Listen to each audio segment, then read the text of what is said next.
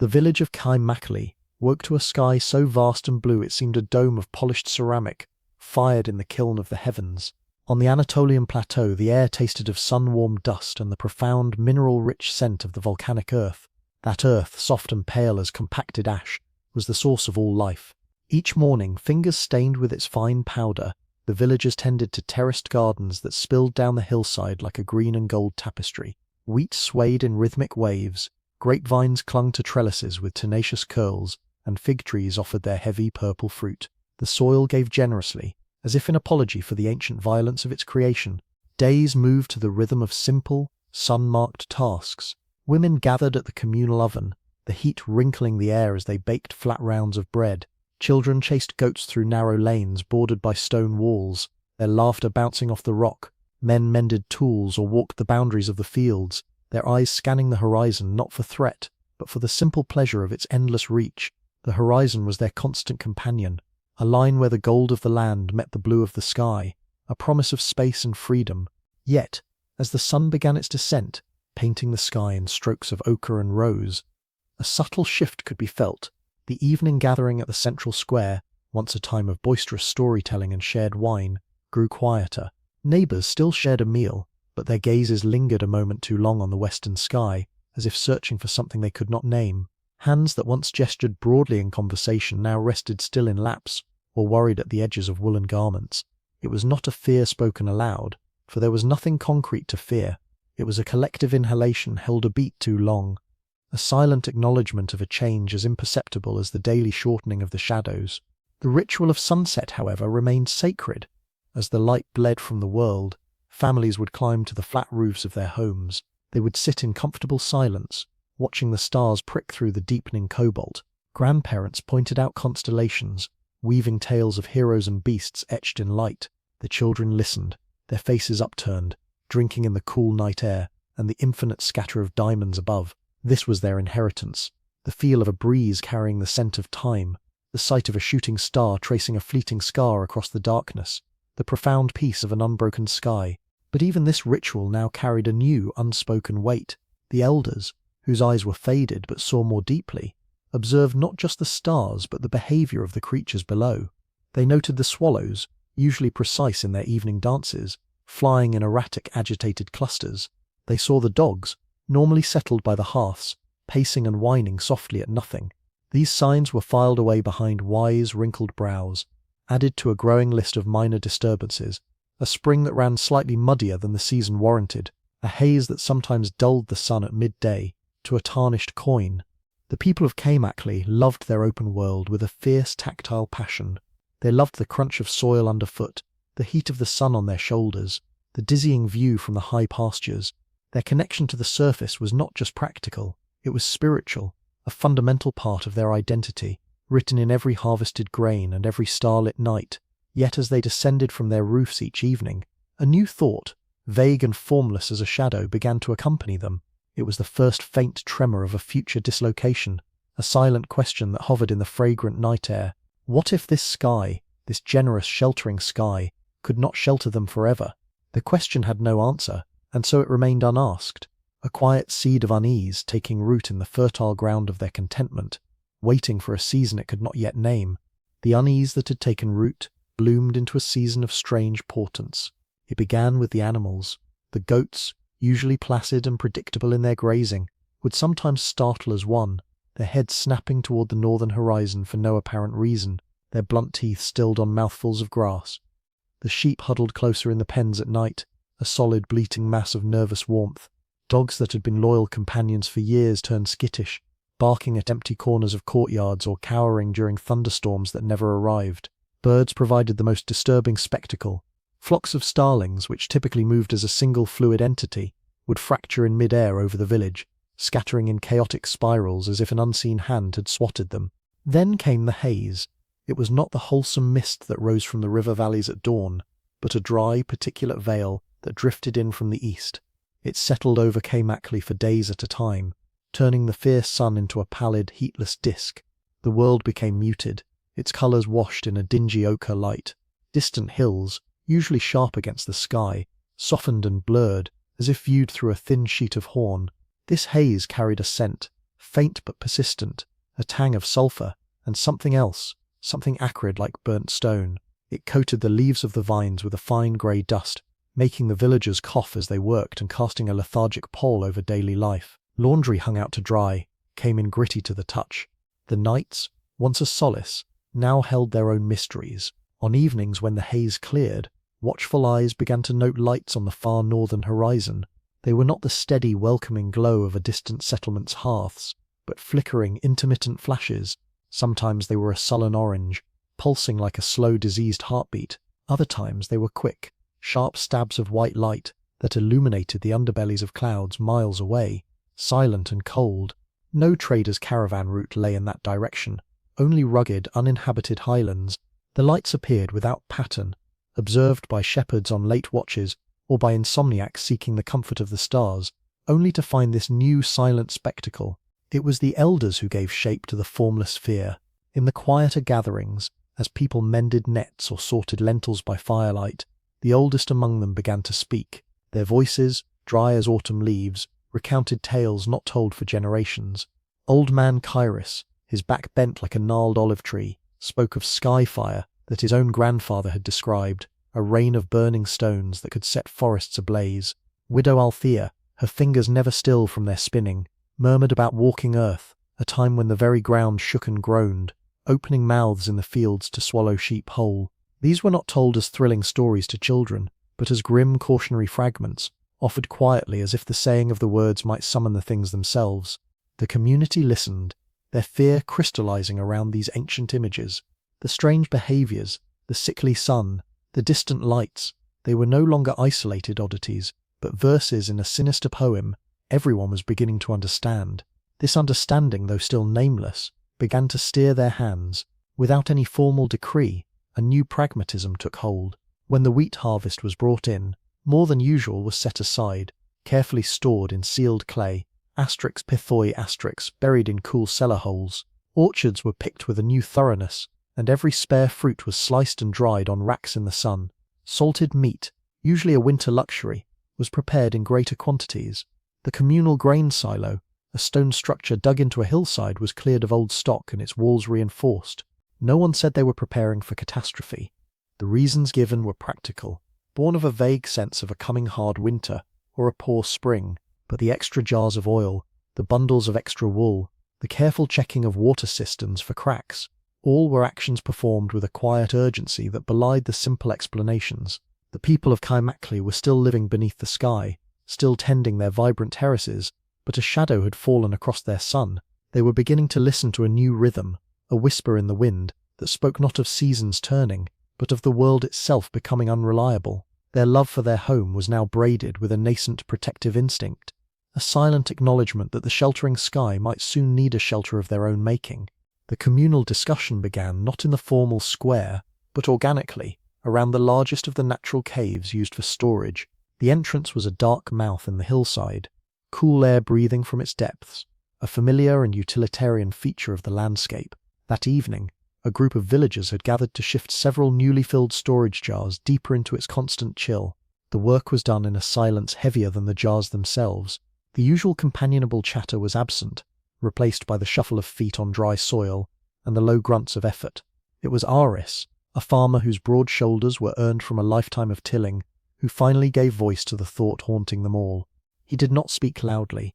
His voice was a low rumble, like stone settling. He simply paused, wiping sweat from his brow with a thick forearm, and gazed into the cave's deepening shadow.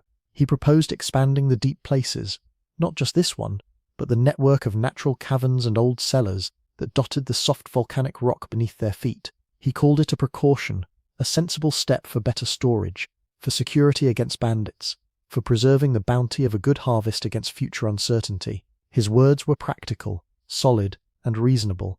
They hung in the dusty air, and for a long moment the only sound was the distant cry of a lone bird. The tension that followed was not explosive, but osmotic, seeping into the space between each person. It was a debate conducted not with shouts, but with exchanged glances, with the tightening of a jaw, with the way a woman named Lyra turned her face sharply toward the last light of day, as if drinking it in. Reason warred with a deep-seated primal dread. Aris's logic was impeccable. The rock was soft tough, easy to carve with their bronze tools. More space meant more security for their families, for the community's future. It was the act of prudent stewards. Yet, the dread was a colder, older thing. To deliberately dig deeper, to shape the dark, felt like an invitation. It was an acknowledgement that the threat they felt was not fleeting, but profound enough to warrant turning their backs on the sun. Old man Kyrus, leaning on his staff near the cave mouth, said nothing, but his milky eyes seemed to look through the rock itself, seeing the walking earth of his stories. His silence was a louder argument than any word. The debate unfolded in quiet character moments. Mara, the head potter, ran her skilled fingers over the curve of a storage jar, imagining the countless more she would need to fire, her practical mind already calculating clay and kiln space. Yet her heart fluttered at the thought of those jars living forever in the dark. Her husband Leon, a hunter with eyes accustomed to tracking game under open sky, shifted his weight from foot to foot, the idea of enclosed spaces making his skin prickle, as if already feeling the press of stone. Young Eleni, holding her sleeping son close, felt the weight of the proposal in a different way. A precaution for what? The question echoed in her mind. To expand the deep places was to give a shape and a home to the formless fear. It was to make it real, to build a nest for it in the earth. She looked at her son's face, peaceful in sleep, and wondered what world he would wake to. Others saw only sense. The younger farmers, men who trusted Iris implicitly, nodded slowly. They were builders, doers. Action was a remedy for anxiety. Carving more room was a tangible task, something to focus on, a way to wrest control from the capricious sky and the flickering horizon. Their support was quiet but firm, a counterpoint to the silent resistance of the elders. The gathering lasted until the last sliver of sun vanished. No vote was taken, no decree made. Yet, a decision had been reached in the collective quiet. It was in the way the group finally turned from the cave, their shadows long in the twilight. It was in the resigned set of Kyrus's shoulders as he turned for home. It was in the determined clench of Iris's hand around his digging tool. The community, bound by love and shared labour, had felt the whisper in the wind grow into a discernible word. The word was deeper, and though their hearts were heavy with the loss of a simpler truth, the instinct to preserve their own had won. They would expand the deep places. They would carve a shelter from the very fear that demanded it. A silent pact made not with cheers, but with the solemn understanding that the world above was no longer a promise, but a question. The work would begin with the next sunrise, a turning inward, the first deliberate step on a path from which there might be no return to the light. The dawn of the first day of excavation broke clear and cool, the sky a heartbreaking shade of innocent blue. There was no fanfare, no speech. The people of Kamakli simply gathered at the largest cave mouth, tools in hand, their faces set in expressions of grim resolve. The decision, made in the quiet of the previous evening, now demanded physical testament. Iris stood at the front, his calloused hand resting on the pale rock face beside the dark opening. He did not look at the sky. With a final steadying breath, he drove the point of his bronze pick into the soft tuff. The first stone gave way with a surprising, almost disappointing ease. It was not a heroic crack, but a muted crunch, like compacted ash. A wedge of pale rock, lighter than the soil of their fields, crumbled and fell to the ground in a dusty heap. A collective exhale seemed to ripple through the gathered villagers. This was it. The deliberate work had begun. The act was simple, but its symbolism was immense. The first voluntary breach in the world they loved, an opening made not for light but for shadow. They worked in shifts, a human chain extending from the growing darkness into the bright day. The feel of the stone under their tools became the day's primary sensation. The tuff was friable, yielding to persistent scraping and picking. It coated their hands and arms in a fine, pale powder, drying the skin and catching in the lines of their palms. The sound was a constant rhythmic scrape and thud, a new and alien music replacing the familiar rustle of wind through grain. As the opening widened and the tunnel began to push inward, the air changed. The dry heat of the plateau gave way to a constant cool dampness that smelled of ancient dust and wet minerals. It was not an unpleasant smell, but it was the smell of a place untouched by sun, a profound and permanent interior. Baskets woven from willow passed along the line, hand to hand, in a methodical, silent rhythm. They were filled with rubble, chunks of pale stone and finer dust, and passed back toward the light. The person at the end of the line, always someone who volunteered for the task, would empty the basket onto a growing, carefully managed pile away from the entrance. This person had the unenviable job of standing in the full glare of the sun, watching the evidence of their collective digging accumulate. a pale scar on the green landscape. Each basket represented a handful of their world, now displaced, an offering to the growing dark. Inside, as the tunnel progressed a body's length, then too, the quality of light shifted dramatically. The brilliant daylight from the entrance became a rectangle of gold at their backs, shrinking with every basket of stone removed. It illuminated the floating dust in shimmering moted beams, making the diggers appear as silhouettes engaged in some sacred subterranean ritual. Their shadows, elongated and distorted, danced on the rough-hewn walls ahead of them. They worked by this borrowed light until it grew too dim, then lit oil lamps. The small, flickering flames created a pool of warm, living light that pushed back the absolute blackness ahead, but also emphasized the encroaching walls, the low ceiling, the sheer weight of the earth above. The mixed emotions were a silent undercurrent to the physical labor.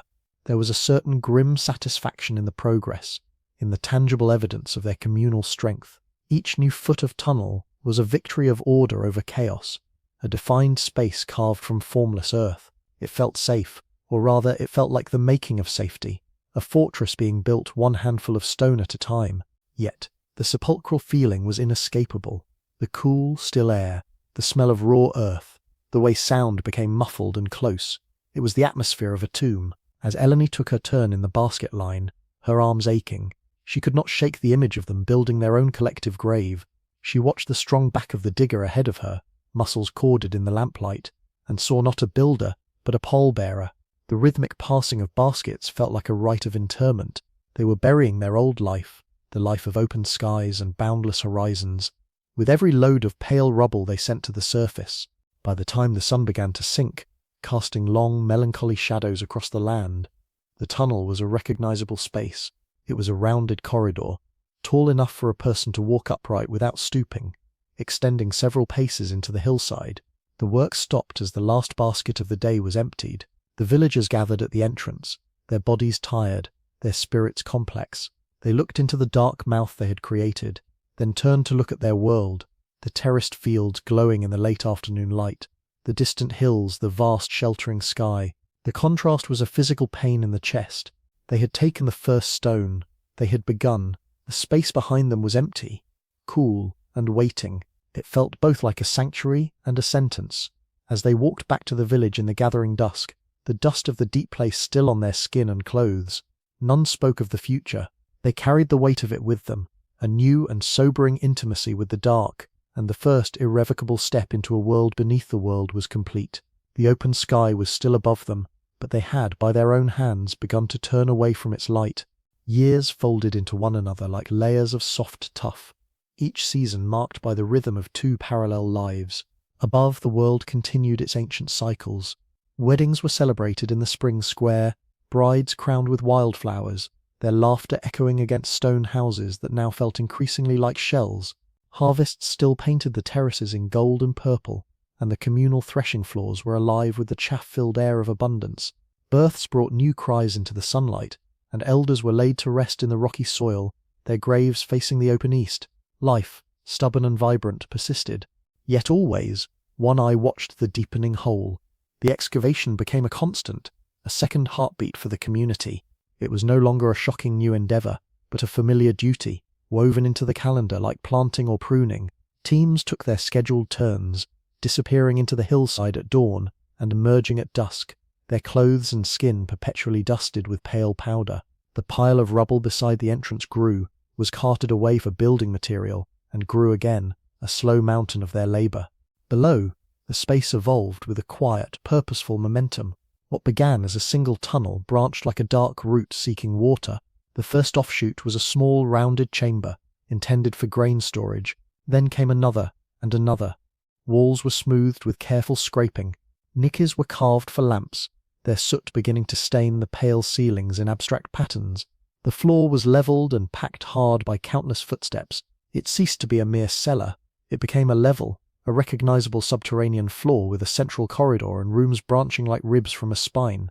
The largest chamber, at the end of the main tunnel, was left open and high-ceilinged, its purpose not yet defined but felt a place for gathering, should gathering ever need to move indoors forever. The work required innovation. They learned to carve steps shallow and broad, leading down to deeper galleries they began to sketch out. They devised a pulley system for lifting heavier baskets of debris, the rope groaning against a wooden axle set in the entrance lintel. The sound of the turning pulley and the scrape of tools became the background hum to surface life, a constant reminder of the project ticking like a geological clock. The duality of existence shaped their spirits. A wedding feast would be held under strings of lanterns in the plaza, full of music and roasted meat, but the father of the groom might slip away for a moment, drawn to the excavation entrance to check the new support beam for the western storage room. A mother would nurse her newborn in a sun-drenched courtyard, her finger tracing the baby's cheek, while her mind calculated how many wool blankets were already stored in the dry, cool dark below. Joy was no longer pure, it was tempered by a vigilant, practical undercurrent. Celebration held within it the unspoken footnote of preparation. Children grew up with this duality as their normal. To them, the deep place was simply part of the village, like the oven or the well. They played games that involved hiding in the first chamber, their shrieks echoing strangely in the confined space. They were tasked with carrying small skins of water to the diggers, learning the way by the feel of the cool air on their faces. The world above and the world below were not opposing realms but connected parts of a whole, though the elders would sometimes watch them, their expressions unreadable, mourning the innocence that could treat this digging as mundane. As the underground level took shape, it began to exert its own gravity. More and more of the village's tangible wealth migrated downward. The oldest seed stock, the finest tools, the heirloom ceramics, the records of lineage etched on clay tablets, all were given places of honor in the deepest, driest rooms. The space below became a vault, not just of goods but of identity. Going down to add an item or check on the stores became a ritual of quiet solemnity, a tactile reaffirmation of their pact with the future. Seasons turned, the haze came and went, the distant lights flickered, the earth remained stable. Above, the wheat still grew, the grapes still sweetened. The tension between the two worlds became a kind of equilibrium, a balanced state of living while hedging against life's end. They were gardeners tending two plots. One flourished under the sun, the other was carved by their own hands from the void, a negative image of their home. They loved the sun on the harvest, the wind in the apricot trees, the vast theatre of the stars, but they also, in a way they never spoke of, began to appreciate the profound silence of the deep places, the constant cool temperature, the solid embrace of the living rock.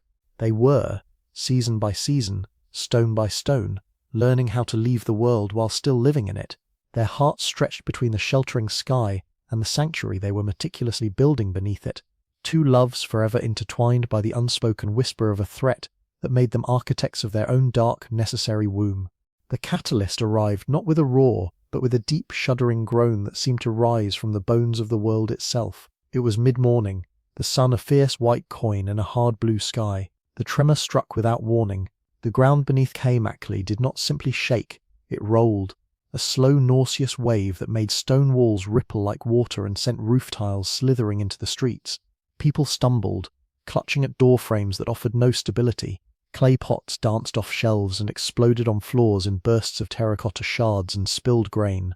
The air filled with a deep subsonic rumble that was felt in the teeth and the hollow of the chest more than heard. It lasted only a handful of heartbeats, but in that span, the solid earth became a liquid thing, and every foundational certainty of their lives dissolved into pure animal terror. As the rolling subsided into a sickening stillness, a new sound arose, the panicked screaming of every animal in the village. Goats bleated in frantic chorus, dogs howled, and from the pastures came the thunder of terrified sheep stampeding blindly. In the human silence that followed the quake, this cacophony was infinitely more dreadful. Then, from the north, a new sight, a vast billowing cloud, black as a bruise, and shot through with dirty grey, boiled into the sky. It did not drift, it surged, climbing with terrifying speed, spreading laterally to swallow the horizon. The sun, which had just reasserted itself after the quake's disorientation, was overtaken. Its light dimmed from brilliant white to a sulphurous yellow, then to a dull twilight copper. Ash began to fall, a fine, silent grey snow that coated the leaves, the rooftops, upturned faces with a soft, gritty blanket. The day did not darken into night, but into an unnatural, murky twilight that stretched on and on. The sun stood still, imprisoned behind a roiling ceiling of ash. Time lost its meaning. The familiar markers of the day, the long morning shadows, the zenith's harsh light, the angled gold of afternoon, were erased. A single, eerie, copper-hued gloom persisted. The ash fell steadily, muffling sound, making the air thick and difficult to breathe, tasting of cinders and burnt stone. This was no mere portent. This was the event. The whisper had become a scream written across the sky. There was no panic. The years of preparation, the silent dread, the countless baskets of stone moved, had forged a community of grim resolve. The tremor was the starting pistol. Aris emerged from his damaged home, his face pale under a dusting of ash, and simply met the eyes of the others gathering in the fouled street. No words were needed.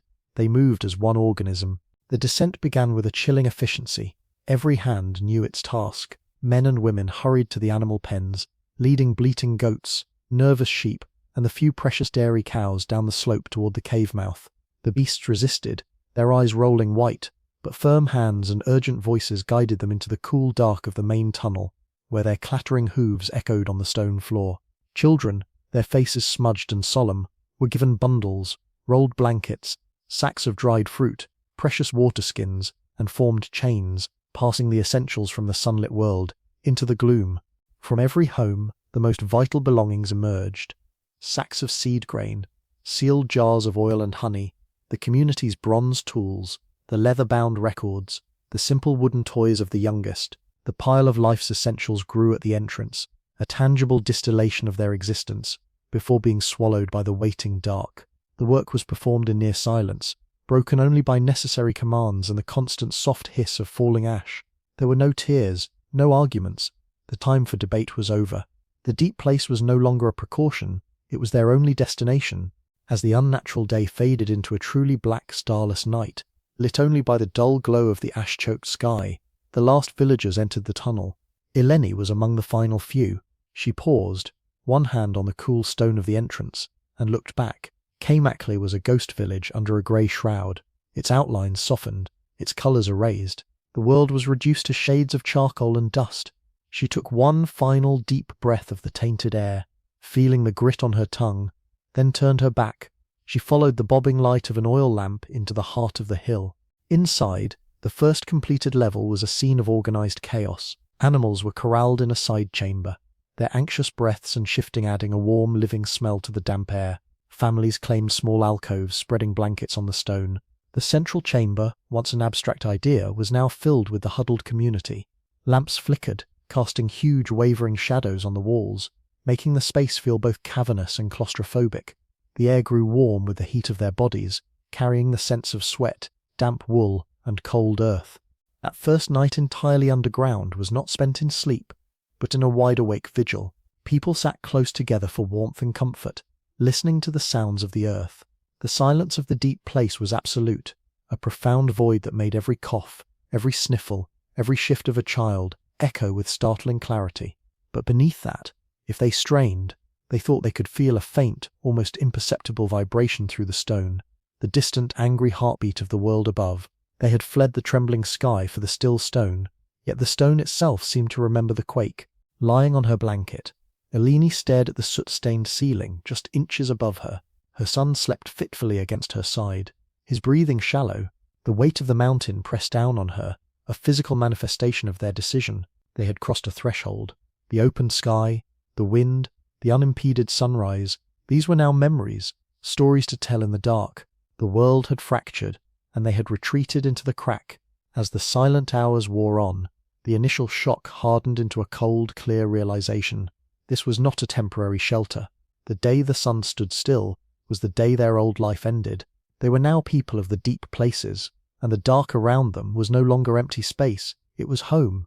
The long, deliberate work of the past years had been a prelude. Now the true story began in the lamplight, under the unyielding weight of the world. The first days in the deep were a time of stunned adjustment, a collective holding of breath in the perpetual twilight of their lamps. The initial, overwhelming sensation was of sound. The great enveloping silence of the earth was not empty. It was a canvas upon which every small noise painted itself with startling clarity. The scrape of a foot on stone, the gurgle of water in a skin, the soft, wet chewing of a goat in its pen, all reverberated in the still, cool air, becoming intimate and amplified. Distant conversations in the central chamber drifted as murmurous echoes, the words indistinct, but the human cadence a comfort. The dark beyond the lamplight was not silent. It listened, and gave back every whisper. Light, once a boundless gift from the sky, became a precious finite resource to be crafted and managed. The potters, led by Mara, were the first to truly innovate. The broad, shallow oil lamps used in their surface homes were useless in the narrow tunnels, prone to spilling and casting light too widely, wasting fuel. In a small side alcove that grew warm from a portable kiln's fire, Mara and her apprentices began to experiment. They crafted new vessels, small cylindrical cups of clay, pinched at one side to hold a wick of twisted flax. These lamps were deeper, narrower, designed to be held in the palm or set securely in the wall niches. Their glow was a focused, golden pool that pushed back the pressing blackness for just an arm's length, creating islands of visibility in a sea of dark. The act of making them, of shaping vessels whose sole purpose was to hold a tiny defiant flame against the eternal night, felt sacred. The smell of hot clay and burning olive oil became the scent of human ingenuity. But a more profound problem than light was air. The first level, with its single entrance, soon grew heavy with the exhalations of nearly 100 people and their animals.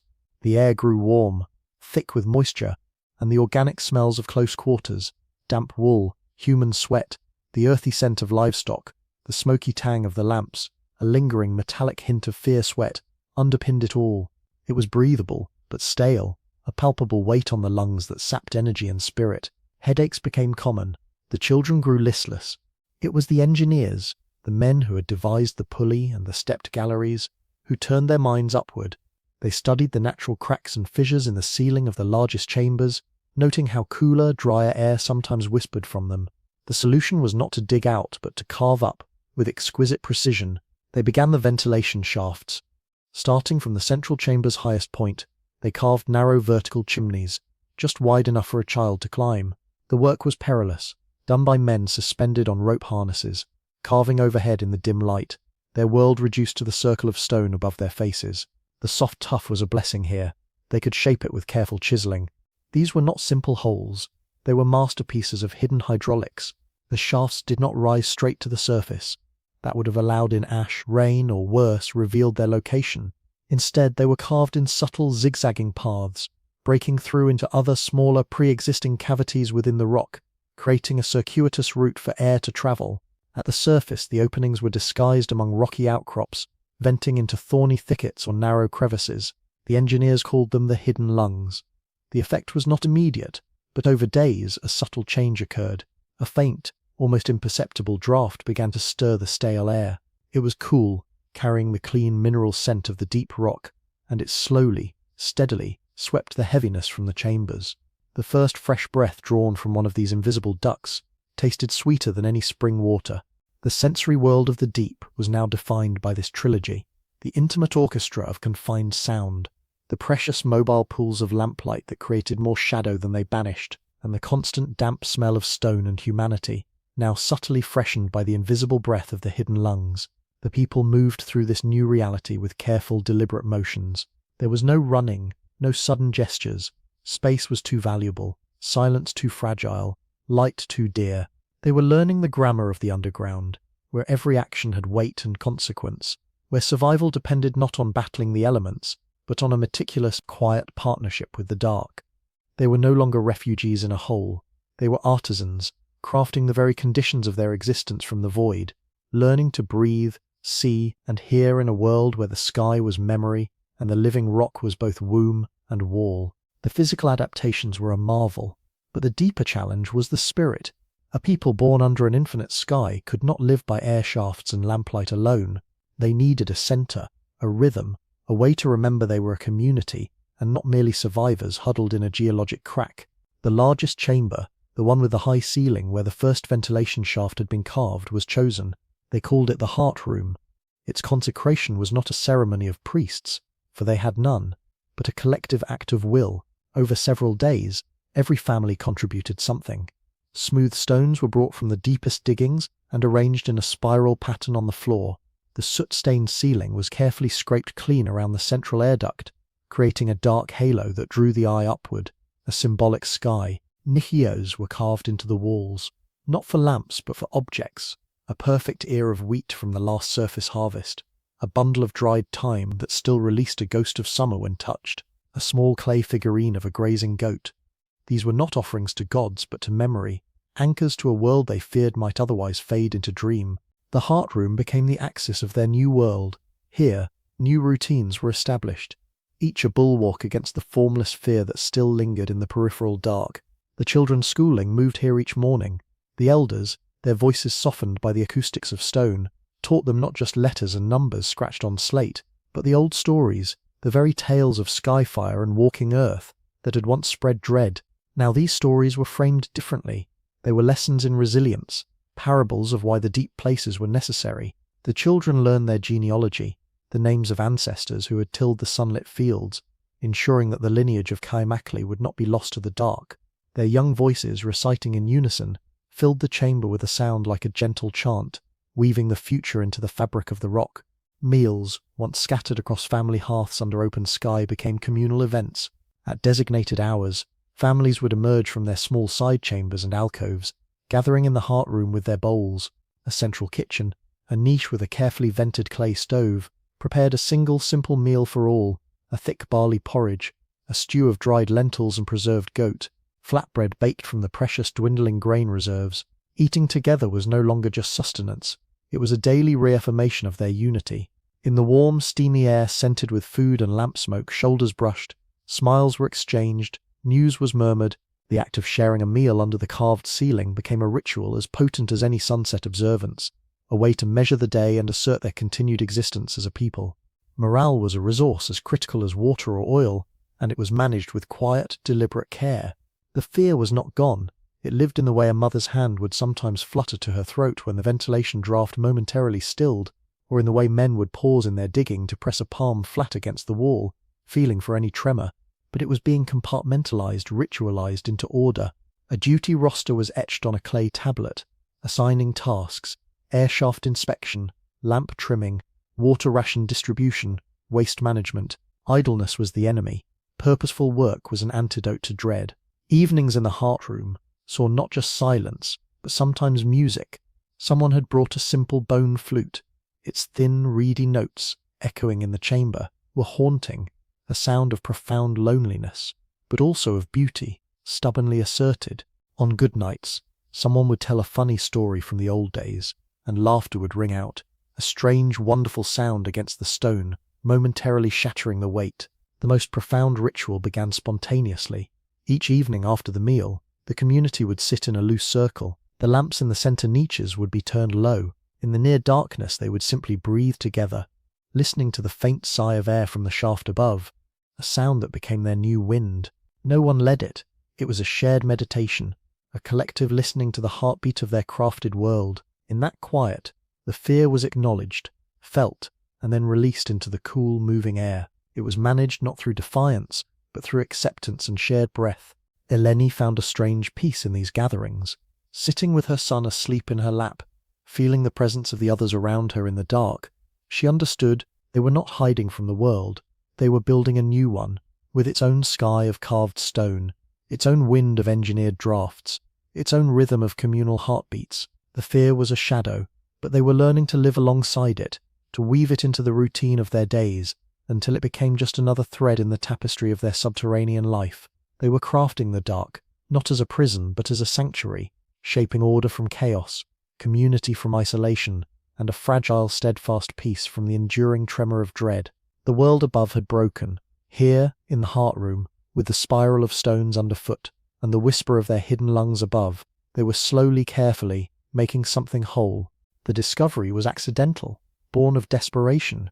The careful rationing of the water brought down in skins and barrels was failing. The community's thirst was a quiet, persistent anxiety, a dryness in the mouth that mirrored the dust on every surface. Digging a new storage chamber deeper than the rest, a team struck not more soft tough, but a layer of harder, denser rock that rang dully under their picks. Discouraged, they were about to redirect when young Costa, his ear pressed to a crack in frustration, heard it, a faint, musical trickle, a whisper of water moving in absolute darkness far below. The sound was so improbable, so miraculous, that he dared not speak, fearing his own imagination. He called Aris, who lay flat on the cold stone, his seasoned ear to the fissure. The older man's eyes, weary from years of leadership in the dim, widened. He heard it too, not a seepage, but a flow. The engineering that followed was their finest hour. The physical triumph was a ballet of precision and brute force. They cleared the chamber, making it the sole focus of all able hands. Carefully, They widened the crack, revealing not a pocket, but a narrow vertical chimney plunging into blackness. The sound of water grew from a whisper to a clear, echoing chuckle. They had found an underground stream, a secret artery in the body of the mountain. Accessing it was the challenge. The shaft was too narrow, its sides treacherously smooth. The engineers designed the winch. It was a masterpiece of salvaged timber and plated rawhide ropes. A massive horizontal axle was mounted on stone bearings above the shaft. A great wheel was fixed to one end, and from the axle, the rope was spooled, descending into the unseen.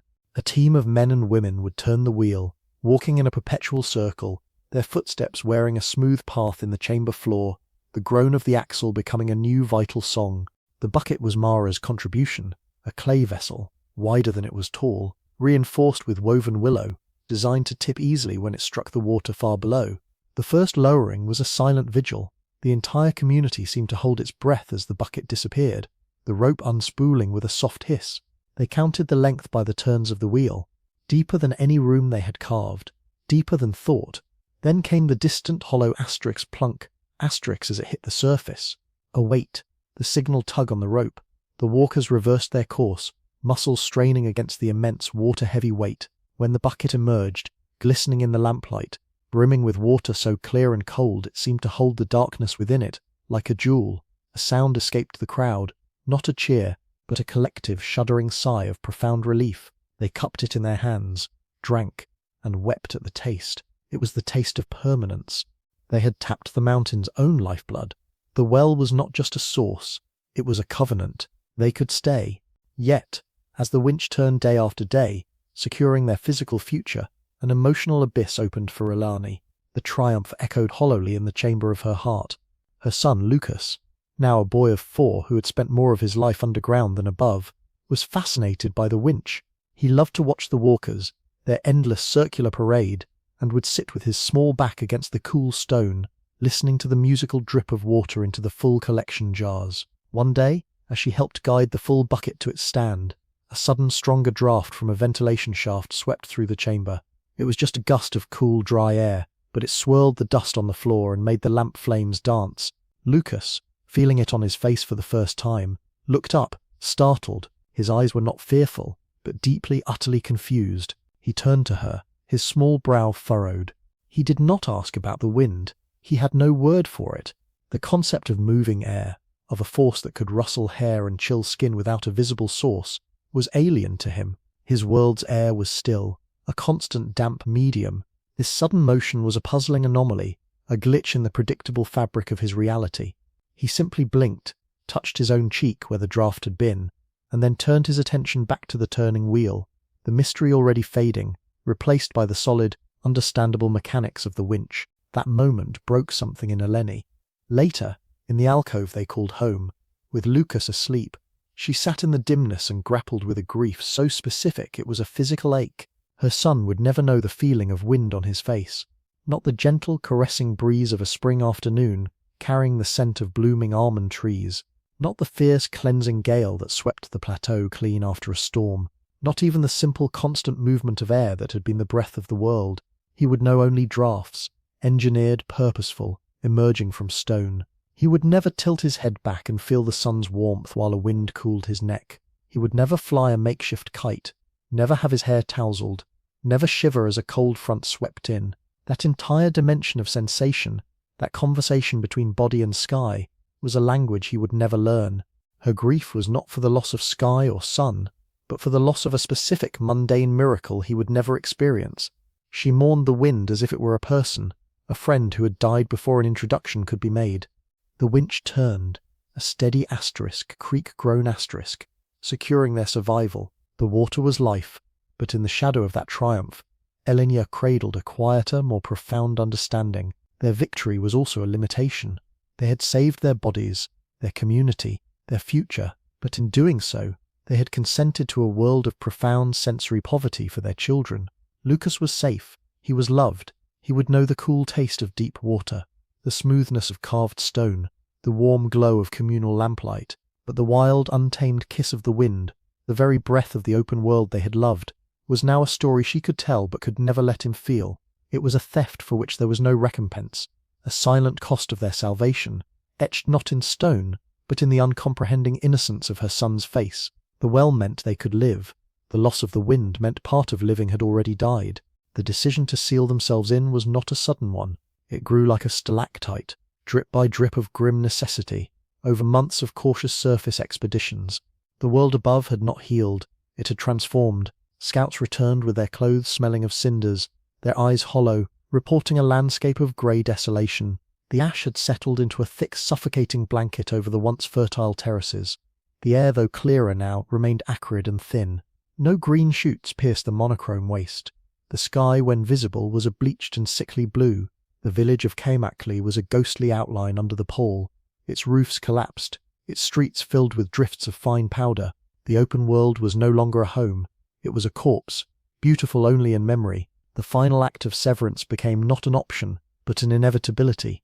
The door itself was an engineering problem that consumed them. It could not be a simple slab. It had to be massive, immovable from the outside, yet operable from within. They settled on a rolling stone, a great disk of tuff taller than 2 men. Quarrying it from a side chamber was a month-long labour of patience and precision. They carved it in situ, shaping the circular slab, then painstakingly undercut it until it rested on a fragile spine of rock. The final blows were struck with ceremonial solemnity. The spine cracked, and the great disc settled with a ground-shaking thud onto the smooth stone track they had prepared. A track that led to the main entrance tunnel. It was a plug, a stopper for the world. Installing it was a ritual of farewell. On the chosen day, the entire community gathered in the main tunnel, just inside the threshold. The great stone disc stood ready, held in place by wooden chocks. Outside, the afternoon light, a dull filtered grey, streamed in, painting a long, pathetic rectangle on the tunnel floor. This was the moment they were to say goodbye, not to a place, but to a state of being. One by one, they approached the light. There were no words. Each person's farewell was private, written in the lines of their face.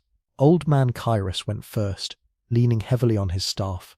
He did not look at the dead fields or the ashen sky. He looked up, searching for the sun's blurred disk, his milky eyes seeing not the present desolation, but the remembered warmth of 70 summers on his skin. He stood for a long minute, his chest barely moving, then turned away, his profile etched with a final, profound acceptance.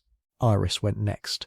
His gaze was practical, scanning the hillside, assessing the stability of the slope, the coverage of the ash. This was the land he had read like a book, its moods and secrets. Now it was a closed page, its text erased. He placed a broad, calloused palm flat against the tunnel wall beside the entrance, as if feeling for the heartbeat of the mountain that was now their entire world. His farewell was a transfer of allegiance, from the soil to the stone.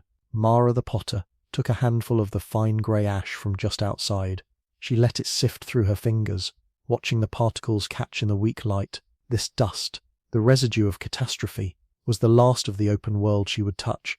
She thought of her kilns, cold and buried, of the clay that once came from the riverbank. She closed her hand around the last grains, then opened it, letting them fall, a silent offering to a lost craft. Young Eleni stood with Lucas, now 5, holding his hand tightly. She knelt, pointing outside.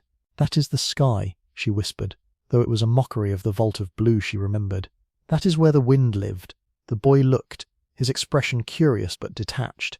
To him it was just a brighter patch of grey at the end of a dark tube. He felt no pull, no loss. His world was the tunnel behind them, the heart room, the well chamber. Her grief was a solitary island. Her last glimpse was not of the sky, but of his oblivious face turned toward the unimpressive light, and she mourned doubly, for the lost world, and for his inability to mourn it with her. The final person was a young girl, Myra, who had been an infant during the descent. She had no memory of sun or wind. She approached the entrance with a kind of awe, not for what was outside, but for the sheer volume of space. The openness, even desolate, was staggering to her tunnel-accustomed senses. She stared, her mouth slightly agape, at the vast grey emptiness, trying to comprehend a horizon that did not end in a wall of stone. Her farewell was not to a lost paradise, but to a terrifying, incomprehensible infinity she was instinctively relieved to be turning from. When the last had taken their look, Iris gave a single, slow nod. The teams took their positions at the great levers made of hardened oak. The chocks were pulled. For a long, straining moment, nothing happened. Then, with a grating rumble that vibrated up through the soles of their feet, the stone disc began to move. It rolled along its track with a ponderous, inevitable gravity. The rectangle of grey light narrowed. It became a vertical slit, then a thin line. The sounds of the outside world, a faint moaning wind through the ash drifts, grew muffled, then silent. The last sliver of light vanished with a soft final asterisk thud. Asterisk as the stone sealed perfectly into the recess carved for it. Absolute darkness descended, deeper than any they had known, for even the ventilation shafts were designed to exclude light. The darkness was a physical presence, thick and velvety, pressing against their faces. Then, one by one, lamps were lit. The small, warm flames pushed back the void, illuminating their faces in a circle of trembling gold. They stood in the sudden, absolute quiet, the weight of the mountain now complete around them. The psychological severance was total. The world above was gone. The last thread was cut. They did not linger. There was no ceremony, no speech. The act itself was the ceremony.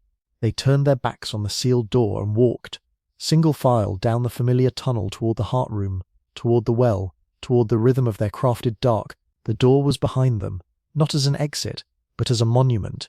It was a full stop at the end of a sentence written in sunlight. Ahead was the rest of the story, to be written in lamplight and carved stone, in the steady breath of hidden lungs and the turning of the winch, in the quiet, enduring pulse of a community that had chosen, with clear eyes and heavy hearts, to make the dark their only sky. The closed door was not a barrier, it was a beginning. Generations later, the city breathed.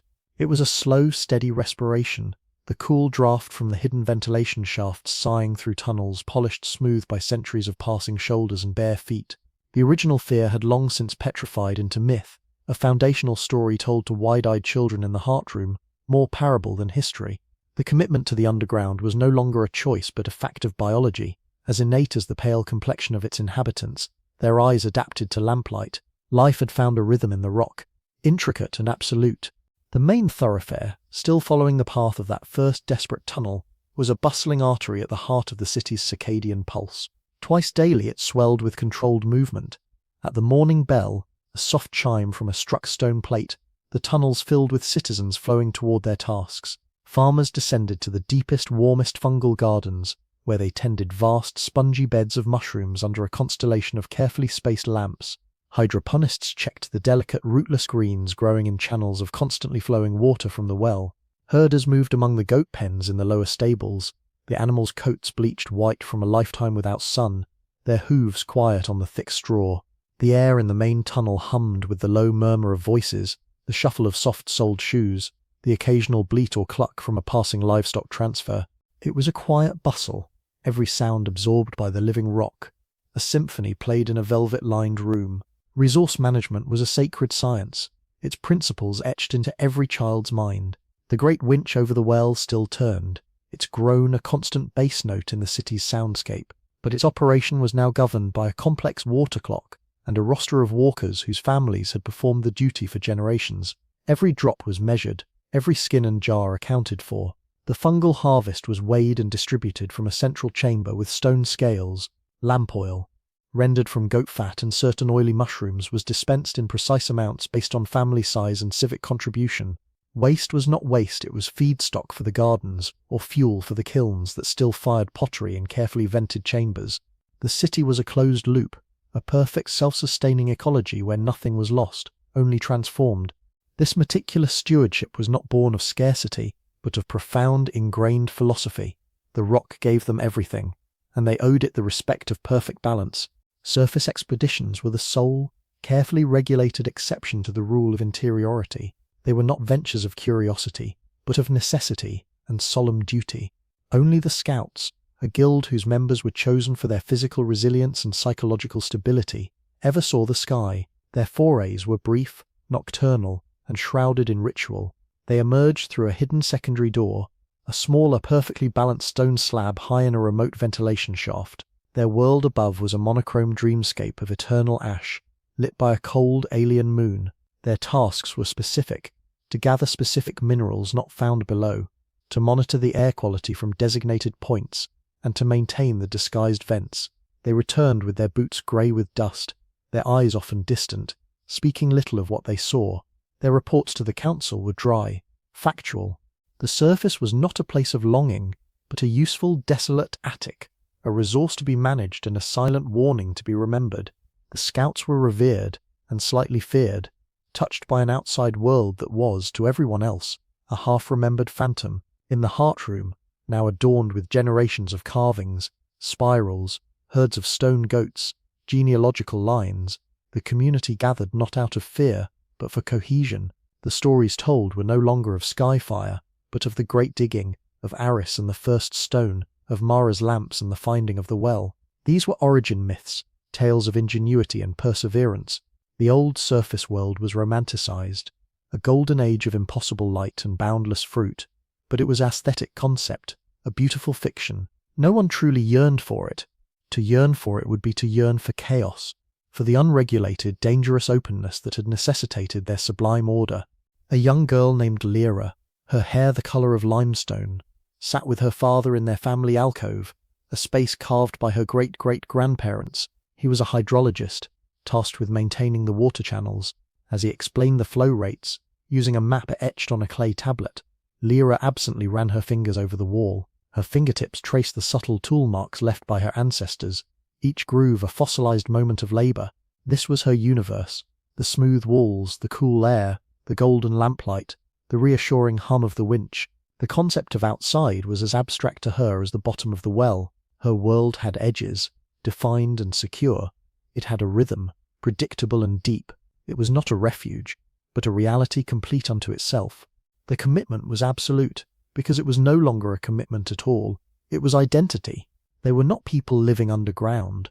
They were the people of the underground, a new genus born from the old. Their art was carving and ceramics. Their music was built for resonance in stone chambers.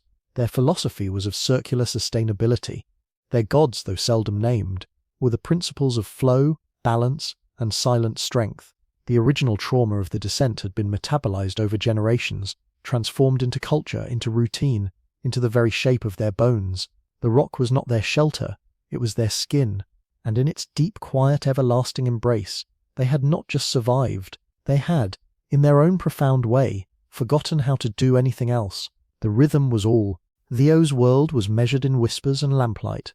As the archivist of Kamakli, though no one used that ancient name anymore, his domain was a small dry chamber off the heart room, lined with shelves holding not books but memory. His tools were his voice, his listening ear, and the collective breath of the community, as they recounted the stories during the evening gatherings. He was the keeper of the oral history, the chain that linked the present to the great digging, to Aris and Mara, to the closed door. His face was a landscape of deep wrinkles, his eyes the colour of old parchment, and his hands, though gnarled, were gentle as they gestured through the air, shaping the tales of the before time for the children who sat at his feet. The weight he carried was not physical, but metaphysical. It was the weight of the unanswered why. The stories were precise on the how and the when. They told of the tremor, the ash, the desperate descent. They celebrated the ingenuity of the hidden lungs and the winch. But the origin of the catastrophe, the nature of the skyfire or the walking earth, remained a blank space, a silence at the centre of their epic. The elders of old had passed on only the effects, never the cause. This missing piece was Theo's quiet companion, a hollow note in the otherwise harmonious song of their history. He felt it as a slight chill in the warm air of the heart room, a shadow behind the bright lamplight of the tales he told. His daily ritual took him through the city's familiar arteries, but one day each week he ventured deeper, past the last fungal garden. Beyond the quiet goat pens lay the oldest cellars, the first chambers ever dug. These spaces were rarely visited, used only for storing non-perishable relics, broken tools from the early days, empty clay jars too historically significant to discard. The air here was colder, utterly still, and smelled of time itself, a scent of deep dust and forgotten stone. Theo came not for the relics, but for the silence, which he felt was the closest echo of that original unanswered question. On this day, his lamp flickering in the profound dark, he noticed something in the deepest cellar, a space so rudimentary its walls were barely smoothed. The tool marks here were not the consistent, practiced grooves of later generations, but jagged, frantic scrapes. His eye, trained by decades of studying narrative, saw a pattern within the chaos. He moved his lamp closer. Beneath the soot of centuries and the later, more orderly carvings of his own ancestors were different marks. They were crude, deeply gouged, and depicted not spirals or goats, but stark, angular lines, zigzags that could be lightning or mountains, and rough circular pits. They were not art. They were a record, a desperate graffiti. Theo's breath caught, a small sound that echoed hugely in the silent space. He traced the grooves with a trembling finger. The stone was the same, but the hand that had made these was different. The angle of the strikes was wrong, the force uneven, the style utterly alien to the flowing organic lines of Kaymukley's later artisans. This was not the work of Aris's people. The realization unfolded in his mind with the slow, irrevocable certainty of a stone door sealing. They were not the first. The thought was vertiginous. It did not answer the why. It deepened it into an abyss. Long before the tremor, before the ash, another people had fled into this same rock. They had carved these same chambers, felt the same cool dark, and faced their own unnamed cataclysm. What had happened to them? Had they perished here? Had they sealed a door and left, seeking a different refuge? The crude carvings offered no clue, only the stark fact of their prior fear. The weight Theo carried did not lighten, it transformed. The question was no longer just about their own past, but about a cycle, a recurring pulse of disaster that drove life underground like a tide. Their story was not unique, but a verse in a much longer, darker poem. He sat on the cold floor for a long time, the lamp guttering beside him. The discovery should have been terrifying, a confirmation of eternal threat. Instead, a strange, profound peace settled over him. The mystery was no longer a missing piece, but the very nature of the puzzle. The answer was that there was no single answer, only the enduring human response to a dangerous cosmos. His people were not alone in their choice. They were part of a silent, ancient fellowship of those who had turned to the stone for shelter. Eventually he rose, his old bones protesting.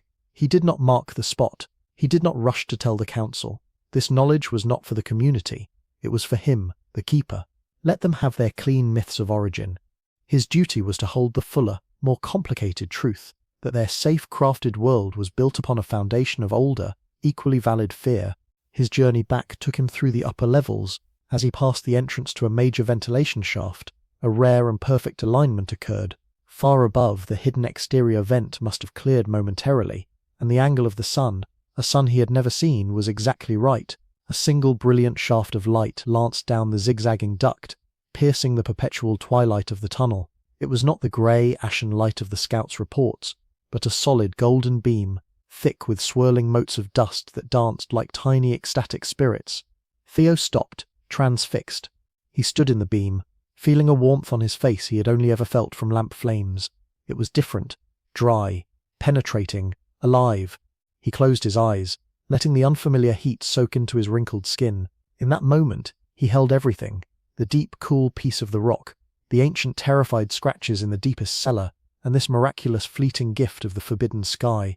He opened his eyes as the beam began to fade, the sun outside moving on. The dust settled, the tunnel returned to its familiar gentle gloom. Theo smiled, a small private curving of his lips. He felt no urge to follow the light, no bitterness at its departure. He was content. The question was eternal, the mystery peaceful, the darkness not a prison but a profound and quiet safety. He turned and walked toward the soft murmur of the heart room, carrying his stories, his newfound knowledge, and the lingering warmth on his cheeks. A keeper not just of history but of a beautiful, unanswerable mystery, cradled in the everlasting arms of the earth.